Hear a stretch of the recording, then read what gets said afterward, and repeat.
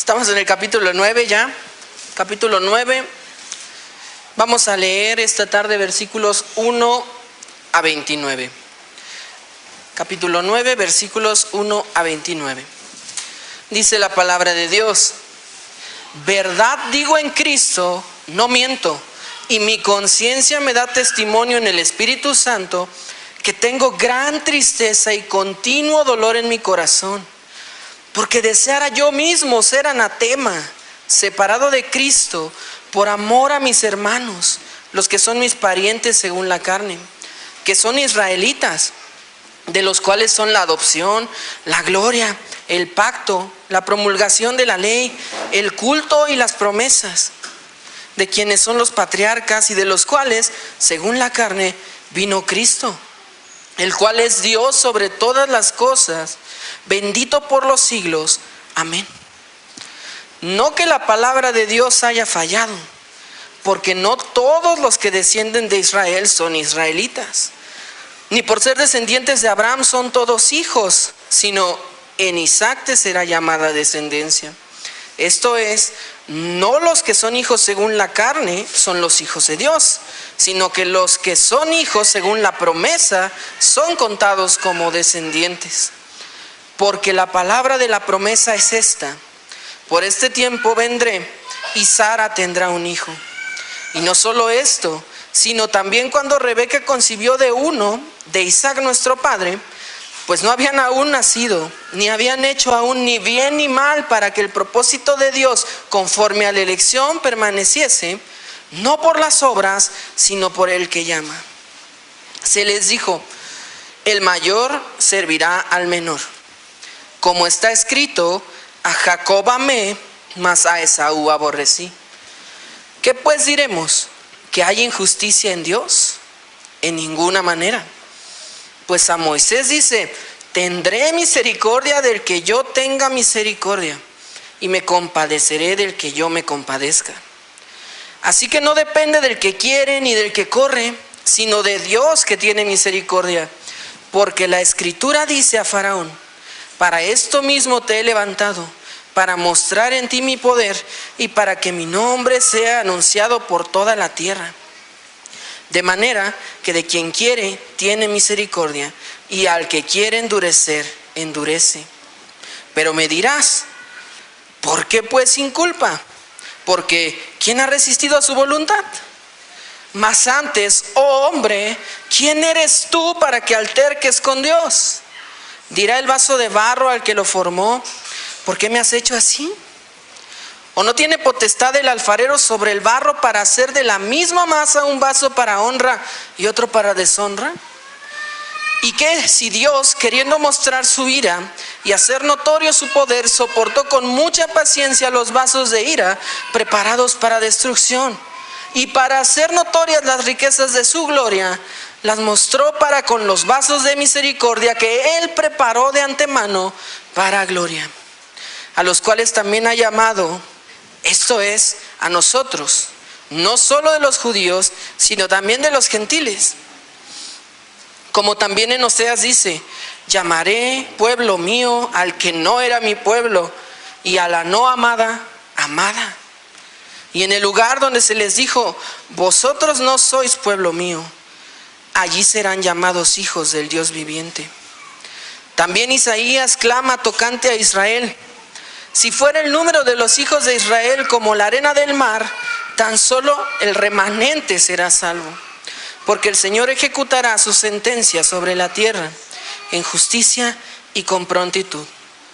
Y como antes dijo Isaías: si el Señor de los ejércitos no nos hubiera dejado descendencia, como Sodoma habríamos venido a ser, y a Gomorra seríamos semejantes. Vamos a orar, hermanos. Padre bendito, te damos muchas gracias por tu palabra, por este avance que podemos tener en este libro, en esta carta, Señor, tan hermosa, tan llena de doctrina. Te pedimos que nos guíes a todos y cada uno de nosotros a poner atención, a guardar tus dichos en nuestro corazón. Y a mí, Señor, te pido que me ayudes, te pido que me des palabra, que aquí es mi boca para hablar solo tu voluntad y tu verdad. Te pedimos todo esto en el nombre de Cristo. Amén. Pues bien, hermanos, aquí en este pasaje que acabamos de leer, vemos acerca de los alfareros, de aquellas personas que trabajan con el barro, que forman diferentes cosas. Estamos familiarizados con su trabajo, algunos conocemos cómo se hace. Y la pregunta aquí es justamente la que hace el apóstol Pablo aquí. ¿Alguien le dice a esos alfareros, a esos artesanos, qué hacer con su creación? ¿Qué hacer con lo que ellos han formado? La respuesta es no. Ellos hacen y ellos deciden cuál es el destino de esa creación. Ya sea que la pongan en venta, ya sea que quieran regalársela a alguien cercano, o ya sea que quieran deshacerla para volver a hacer otra cosa. El punto aquí es que nadie les dice qué hacer. Nadie les dice qué hacer con sus creaciones. Ellos tienen la potestad de decidir. Asimismo, no sé si han visto a sus hijos o ustedes tal vez, cuando jugaban Lego y construían sus castillos o lo que fuera, nadie les decía qué hacer y nadie les decía si lo destruían o no. Ustedes o los niños deciden lo que hacen. Obviamente, con el Dios Todopoderoso no es la excepción. Con Dios, el Todopoderoso, el que tiene la potestad sobre todo, el creador de todo, no es diferente. Él decide qué hacer o qué no hacer. A veces nos cuesta mucho trabajo. Nos cuesta trabajo en pensar en este tipo de decisiones, en este tipo de elecciones que Dios hace. Pero debemos reconocer que sí son perfectas, porque tenemos un Dios perfecto y justo. Entonces, hermanos, a través de este pasaje veremos que la elección, sí, depende totalmente de Dios. No es influida, no es injusta y nos trae paz. La elección depende totalmente de Dios, no es influida, no es injusta y nos trae paz. Y lo primero que quiero que veamos aquí es que la elección no depende de nada a nuestro alrededor, ni nada que podamos hacer. Pablo empieza diciendo, en verdad les digo, hermanos, yo preferiría ser anatema, es decir, separado de Cristo, maldito, para que estos mis hermanos de Israel, según la carne, pudieran ser salvos. Mas no es así. No todos ellos son salvos. No todos los que pertenecían al pueblo de Israel como nación eran salvos. Sabemos que Dios tenía una relación muy cercana con el pueblo de Israel. Obviamente era el pueblo que él había escogido. Era su nación. Era con las personas con las que estaba trabajando, con las personas a través de las cuales estaba haciendo su obra. Eran el pueblo al que les había dado su pacto. Estaba en una relación íntima con el pueblo de Israel, con la nación de Israel. Sin embargo, aquí leemos en nuestro pasaje que no todos los de Israel eran salvos. Y vemos la preocupación de Pablo aquí, vemos el dolor que siente él por esas personas que se estaban perdiendo, que estaban alejadas, que no eran hijos de Dios. Tanto que dice, preferiría yo ser anatema.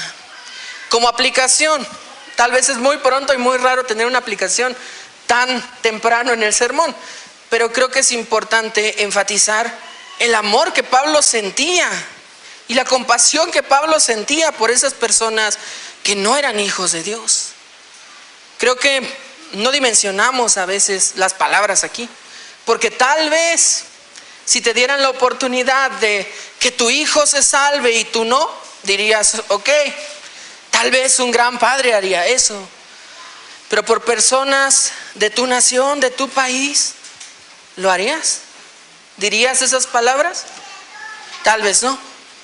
Y como sabemos, justamente por el pasaje, eso es imposible porque la elección depende solo de Dios. No se puede transferir la salvación y no se pueden intercambiar almas.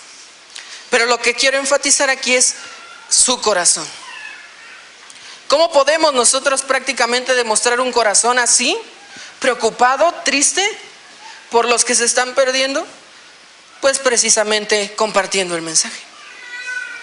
Porque no nos toca a nosotros elegir quién se salva y quién no, pero sí somos mandados a compartir el mensaje a quien más se pueda. Eso demuestra también un corazón sensible y adolorido como el de Pablo aquí en estas palabras. Pero veamos, en cuanto a nuestro punto, en cuanto a lo que estamos viendo aquí, que la elección no depende de nada en nosotros. Esto es algo que ya se ha tratado en muchas ocasiones en esta carta. No importa tu posición, no importa tu raza, no importa tu estatus, no importa tu economía, no importa los rituales externos, nada de eso importa para tu salvación. Nada. Pero ahora Pablo está tratando aquí con estas personas que estaban también, estos judíos, este pueblo de Israel que estaba en un lugar privilegiado. Porque sí, como dije, el pueblo de Israel era especial. Tenía comunión especial con Dios. Dios no hablaba a todas las naciones, mas sí hablaba a Israel. Le decía qué hacer, le dio su ley, le dio sus promesas. Entonces, si lo vemos desde esa perspectiva, Israel como nación sí estaban en un lugar privilegiado, sí eran especiales. Tenían, como dice aquí en el versículo 4, los israelitas, de los cuales son la adopción, la gloria, el pacto, la promulgación de la ley, el culto y las promesas, de quienes son los patriarcas y de los cuales según la carne vino Cristo, el cual es Dios sobre todas las cosas, bendito por los siglos. Ellos tenían todo esto. Del linaje de Judá, alguien perteneciente a Israel, vino Cristo. A ellos se les dieron las promesas. A ellos se les entregó el pacto. Ellos habían vivido toda esa historia de Dios acompañándoles, de Dios estando con ellos, de Dios no abandonándolos, sino proveyéndoles tanto en cuidado como en cosas físicas, tanto en cosas espirituales como en reprensión. Dios estaba ahí. Pero sin embargo, no todos los que pertenecían a Israel eran israelitas. Y puede sonar raro, ¿no? Puede sonar como si les dijera: no todos los que viven en México, no todos los que nacieron en México son mexicanos. ¿Cómo? Pero aquí estamos tratando con el ámbito espiritual. Aquí Pablo, al referirse a ese segundo israelitas, se refiere a pueblo de Dios verdadero, hijos de Dios verdaderos. No todo el que había nacido en Israel, en la nación física, era hijo de Dios. Eso es lo que a Pablo le dolía en su corazón. Por esas personas es por la que está estremecido y diciendo: mejor que yo fuera anatema, separado de Dios. Porque entiende que estaban ahí, que tenían todo, que eran el pueblo especial, y aún así sus corazones estaban desviados. Y esto, más que como simple historia, debería de llegar a nuestros corazones hoy aquí.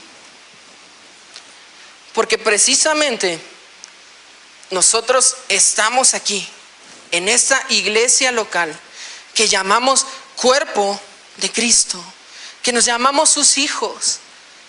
Pero a veces no todos los que están aquí son verdaderos hijos de Dios. Por eso debemos preocuparnos, hermanos, y nuestro corazón debería estremecerse así como el de Pablo. porque esta iglesia está predicando la palabra de Dios sanamente. Porque esta iglesia está, aunque imperfectamente, tratando de seguir a Dios con todo su corazón. Pero en lo individual, a veces no todos somos hijos de Dios. Y es peligroso. Es peligroso porque alguien puede crecer en la iglesia local durante toda su vida y pensar que está bien. Puede saber incluso más de la Biblia que muchas personas ya adultas y pensar que está bien, pero no. La salvación no depende de nada de nosotros y no depende de nada a nuestros alrededores. Así como para Israel, que tenía todas las condiciones perfectas de comunión con Dios y había recibido todas sus bendiciones. Así la iglesia local. Pero no todos son hijos. Que estemos orando mucho, hermanos, por todos aquellos que aún no lo son. Que podamos incluso nosotros mismos escudriñar nuestros corazones y desechar la posibilidad de que solo estemos haciendo todo esto por vanas repeticiones, por ritualismos o simplemente por tradición. Que nos escudriñemos, hermanos. Y si efectivamente somos hijos de Dios, que busquemos al resto. Que les prediquemos, que les enseñemos, que estemos a su lado. Porque la elección no depende de nosotros. Pero el mandato de predicar, de evangelizar, sí pertenece a nosotros. Que lo hagamos. No solo en las reuniones de evangelismo en la iglesia, que son muy importantes. No quiero restarle peso. Pero en el día a día. Con cualquier persona. Las que están aquí y las que no están aquí, obviamente. Puedes tener todas las condiciones favorables durante toda tu vida y aún así no ser verdadero hijo de Dios. Medítalo. Nada depende de ti. Nada depende de tu alrededor. Dice en el versículo 6, no que la palabra de Dios haya fallado, porque no todos los que descienden de Israel son israelitas, ni por ser descendientes de Abraham son todos hijos, sino en Isaac te será llamada descendencia. Esto es, no los que son hijos según la carne son los hijos de Dios, sino que los que son hijos según la promesa son contados como descendientes. Porque la palabra de la promesa es esta: por este tiempo vendré y Sara tendrá un hijo. Y no solo esto, sino también cuando Rebeca concibió de uno, de Isaac, nuestro padre, pues no había aún nacido, ni habían hecho aún ni bien ni mal, para que el propósito de Dios, conforme a la elección, permaneciese, no por las obras, sino por el que llama. Se les dijo, el mayor servirá al menor. Como está escrito, a Jacob amé y a Esaú aborrecí. Entonces, esto era significativo también para los israelitas y para los gentiles. Por un lado, los israelitas tenían este sentido nacionalista y estaban hasta cierto punto ensimismados como la nación de Dios. Y para ellos escuchar que no solamente por la descendencia y no solamente por la pertenencia nacional eran hijos, era como, wow. Pero era maravilloso porque eso es lo que se había hablado desde el principio. La promesa no iba solamente para una nación, sino para los descendientes espirituales, para los que habían sido comprados por la sangre de Cristo, y eso de todas las naciones, y no importando para nada cómo es la persona. Porque el pueblo de Israel se escudaba muchas veces en: yo estoy haciendo bien, yo estoy siguiendo esto, yo estoy siguiendo las leyes, pero el corazón no estaba con Dios. Y aquí pone el ejemplo de pone el ejemplo de los hijos de Isaac, Jacob y Esaú. Y justamente este ejemplo es perfecto para la elección y perfecto para probar mi punto de que la elección no depende de nada en nosotros ni de nuestros alrededores. Ellos dos, ambos, eran hijos de Isaac. Ellos dos, ambos eran de la descendencia de Israel. Eran gemelos, nacieron al mismo tiempo prácticamente, uno tras el otro. Y eran bebés que no habían hecho ni bien ni mal. No tenían, como diríamos a veces aquí en México, su costalito de buenas obras o de malas obras y a ver cuál pesaba más. No habían hecho nada, eran bebés que estaban naciendo. Pero aún desde antes de nacer, Dios ya había tomado la decisión. Nada que hiciera Jacob, nada que hiciera Esaú iba a cambiarla. Nada, no podía. Entonces, nada puede cambiar la elección de Dios. No depende nada de lo que hagamos, ni nada de lo que esté a nuestro alrededor. Ni aún en las mejores condiciones. Depende de nosotros. Entonces, como siguiente punto, es obvio, si no depende de nosotros, entonces ¿de quién depende? Pues obviamente de Dios. La elección depende totalmente de Dios. Y si continuamos con nuestra lectura, en el versículo 14 dice, vamos a leer versículos 14 a 18. ¿Qué pues diremos? ¿Que hay injusticia en Dios? En ninguna manera. Pues a Moisés dice, tendré misericordia del que yo tenga misericordia y me compadeceré del que yo me compadezca. Así que no depende del que quiere ni del que corre, sino de Dios que tiene misericordia. Porque la Escritura dice a Faraón, para esto mismo te he levantado, para mostrar en ti mi poder y para que mi nombre sea anunciado por toda la tierra. De manera que de quien quiere tiene misericordia y al que quiere endurecer, endurece. Creo que no hay versículo más claro en la Biblia en cuanto a este tema. Muchas veces se preguntan las personas, entonces, ¿Dios es un injusto? Como lo está diciendo justo aquí. ¿Por qué? ¿Por qué a unos sí y a otros no? ¿Por qué a él sí lo eligió y por qué al otro no? Si eran unos bebés. ¡Qué injusto es Dios! Más adelante va a usar justamente el ejemplo del alfarero.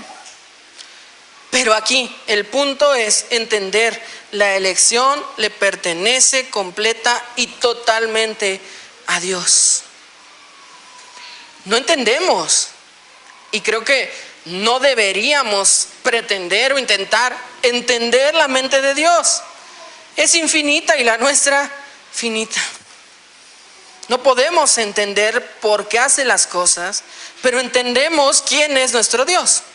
Entendemos que sea lo que sea que haga Él, es perfecto, es justo, es bueno, porque Él no puede cambiar. Esos atributos son para siempre. Están con Él. ¿Recuerdan hace 15 días que decíamos, puedes decir que tu mamá es amorosa, pero no que es amor como tal? Pero Dios sí, Dios es la justicia, Dios es el estándar. Entonces, no entendemos tal vez. Para nuestras pequeñas mentes puede parecer extraño porque Él sí, porque Él no. Pero la elección es completamente de Dios. De quien quiere, tiene misericordia, y a quien quiere endurecer, endurece. No es casualidad nada más. No es que Dios nos puso aquí a todos y a ver para dónde se va cada quien. No. Él eligió. Él trazó el destino, los caminos de cada uno de nosotros. Él lo hizo. Y hermanos, de verdad seríamos muy necios para preguntar eso. ¿Es injusto nuestro Dios? ¿Es injusta su elección. Si acaso pudiéramos decir que es injusto, sería en salvar a alguien, porque no lo merecemos. Nadie, ninguno de nosotros lo merece. ¿Por nuestras obras? No. Conocemos el estándar. Obediencia perfecta. Y nadie la tiene. Entonces, no, hermanos, no es injusto. La elección la hace Dios. Él tiene misericordia de quien quiere tener misericordia. Y se acabó. No te llamo a que lo entiendas. Te llamo a que lo creas por fe. Y que creas que eso es lo mejor. Porque la otra tendencia es pensar que si yo fuera Dios, lo hubiera hecho así. Si yo fuera Dios, ninguno se hubiera ido al infierno. Qué necedad de pensar que seríamos mejor Dios que Dios, que nuestro Creador. Entonces nada depende de nosotros, todo depende de Dios. Y esa elección, este es nuestro tercer punto, esa elección no es un acto injusto. Leemos en el versículo 19, pero me dirás, ¿por qué pues inculpa? Porque ¿quién ha resistido a su voluntad? Mas antes, oh hombre, ¿quién eres tú para que alterques contra Dios? Dirá el vaso de barro al que lo formó, ¿por qué me has hecho así? ¿O no tiene potestad el alfarero sobre el barro para hacer de la misma masa un vaso para honra y otro para deshonra? ¿Y qué si Dios, queriendo mostrar su ira y hacer notorio su poder, soportó con mucha paciencia los vasos de ira preparados para destrucción, y para hacer notorias las riquezas de su gloria, las mostró para con los vasos de misericordia que él preparó de antemano para gloria, a los cuales también ha llamado, esto es a nosotros, no solo de los judíos, sino también de los gentiles? Entonces, aquí la siguiente pregunta es, ok, ya, Dios eligió, está bien, Él lo decidió así, de quien quiere tener misericordia, tiene misericordia, y a quien quiere endurecer, endurece. Pero entonces Dios es malo, porque me echa la culpa a mí de algo que Él decidió. Y una vez más, vuelvo a lo mismo, no quiero que entendamos en plenitud cosas que salen de la mente de Dios, porque son infinitas y no las vamos a alcanzar a comprender. La lógica humana diría, es malo porque me condenó por algo que Él me obligó a hacer, porque ¿quién va en contra de su voluntad? Pero aquí Pablo los para y les dice, cállense. ¿Quién eres tú para altercar contra Dios? ¿Quién eres tú para decirle y hablarle así al Dios creador? ¿Quién eres tú para altercar contra Dios? ¿No lo entiendes? Está bien, no lo entiendes, pero no te puedes levantar y poner a Dios en juicio. Y por eso pone el ejemplo del alfarero. Cuando has visto a la artesanía ponerse a alegar con su creador. Es risible, ¿verdad? Pensar en un vasito de barro. Pero así somos. Sí, da mucha risa, pero así es nuestra actitud a veces. Lo que no entendemos es que Dios no nos debe nada. Dios no nos debe nada. Es pura misericordia que nos haya querido salvar. Pero que no seamos así, hermanos, de reclamar a Dios, de cuestionar a Dios, cuando somos nada y aún así nos ama. Que no alterquemos contra nuestro Dios. Él, como el artesano, puede hacer con su creación lo que le plazca. Y aún nos da luz acerca del por qué. Aunque no debiera, Dios podría decir, por esto, porque quiero, y se acabó. Pero aún nos da un poco de luz del por qué en los versículos 22 y 23, queriendo mostrar su ira y para hacer notorias las riquezas de su gloria. Todo es para su gloria. Todo es para mostrarnos quién es Él. Todo es para que aprendamos también de Él a través de cómo hace las cosas. ¿Dónde podemos ver estos atributos perfectos de Dios tan ejemplificados como en esta elección? Tanto para bien como para mal. Porque a veces queremos como separar la ira y ponerla abajo del tapete porque no nos gusta tanto que sea un atributo de nuestro Dios de amor. Pero también es un atributo de Dios el estar airado contra el pecado, el no poder estar en presencia del pecado. Y por otro lado, tanto nos amó que envió a su Hijo para que todo aquel que en Él crea no se pierda, mas tenga vida eterna. Qué maravilla de poder mostrar esa dualidad en el acto de la elección. Su ira, el que no soporta el pecado, el que no puede estar en su presencia, y al mismo tiempo su amor por personas que no lo merecían. Y así, de la misma masa, de la misma creación, Él eligió tanto vasos para la exaltación, para la salvación, para la gloria, como para la inmundicia. Él lo eligió. Y que, hermanos, no alterquemos contra Dios y que no le digamos que es injusto, que es malo. ¿De dónde sacamos eso? Les voy a decir, porque creemos que el estándar de justicia somos nosotros.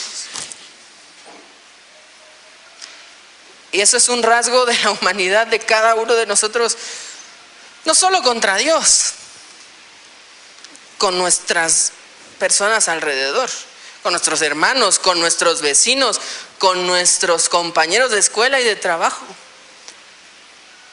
El estándar de justicia para nosotros somos nosotros mismos. Y ya me hizo cosas, pero si yo le hago, no es tan grave. Pero ese no es el estándar de justicia. El estándar de justicia perfecta es Dios. Lo que Él decide y lo que hace es perfecto. No nos debe nada, no nos debe explicaciones, debemos honrarle, aun cuando no entendemos bien sus designios. Y como último punto aquí, hermanos, esta elección nos da paz a sus hijos. Esta elección nos da paz. En el versículo 25 dice, como también en Oseas dice, llamaré pueblo mío al que no era mi pueblo, y a la no amada, amada. Y en el lugar donde se les dijo, vosotros no sois pueblo mío, allí serán llamados hijos del Dios viviente. También Isaías clama tocante a Israel, si fuera el número de los hijos de Israel como la arena del mar, tan solo el remanente será salvo, porque el Señor ejecutará su sentencia sobre la tierra en justicia y con prontitud. Y como antes dijo Isaías, si el Señor de los ejércitos no nos hubiera dejado descendencia, como Sodoma habríamos venido a ser, y a Gomorra seríamos semejantes. Esto es hermoso porque es un resumen de todo lo que hemos visto en algunas citas del Antiguo Testamento, y es, no se lo merecen. Pero aquí está. Y era hermoso para los gentiles también, que somos nosotros,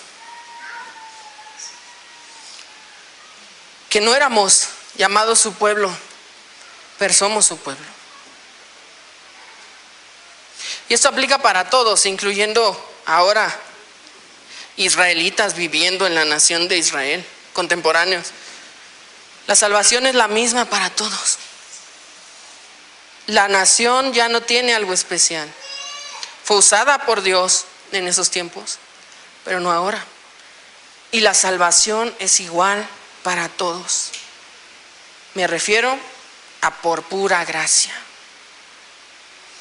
Por pura gracia es que puede llamar a la no amada, amada. Como vemos en Oseas, y es impactante. Les recomiendo para su lectura de esta semana que lean Oseas.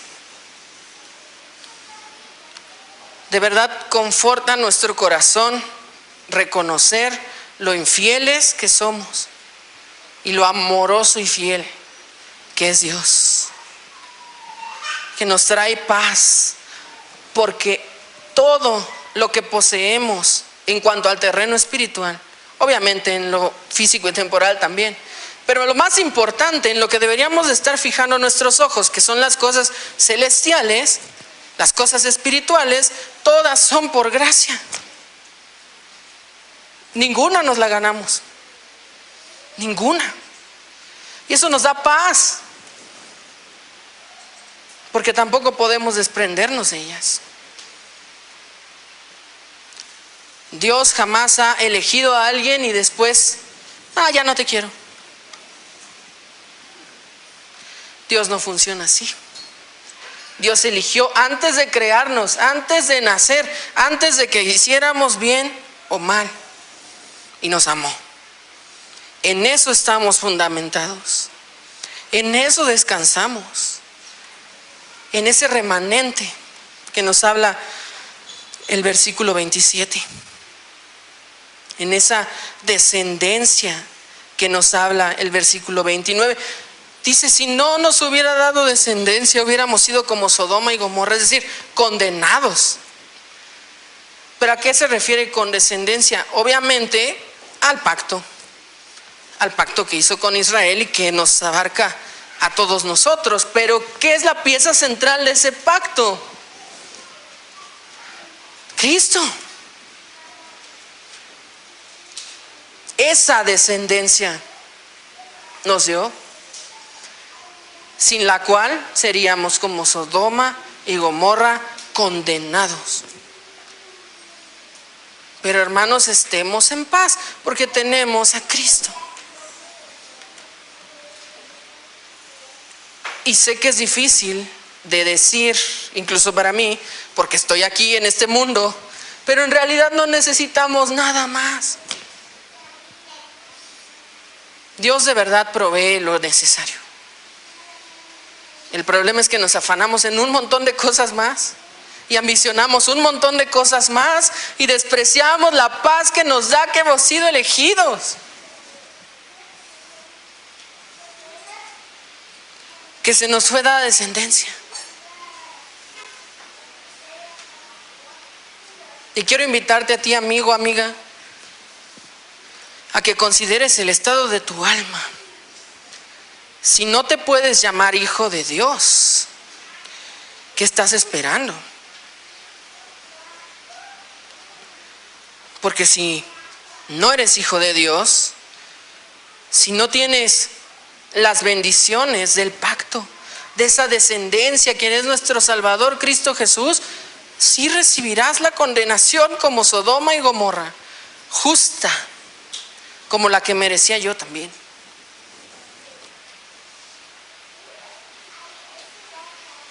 Y justamente, aprovechando este pasaje, no es porque hagas bien o mal. Dios no elige así.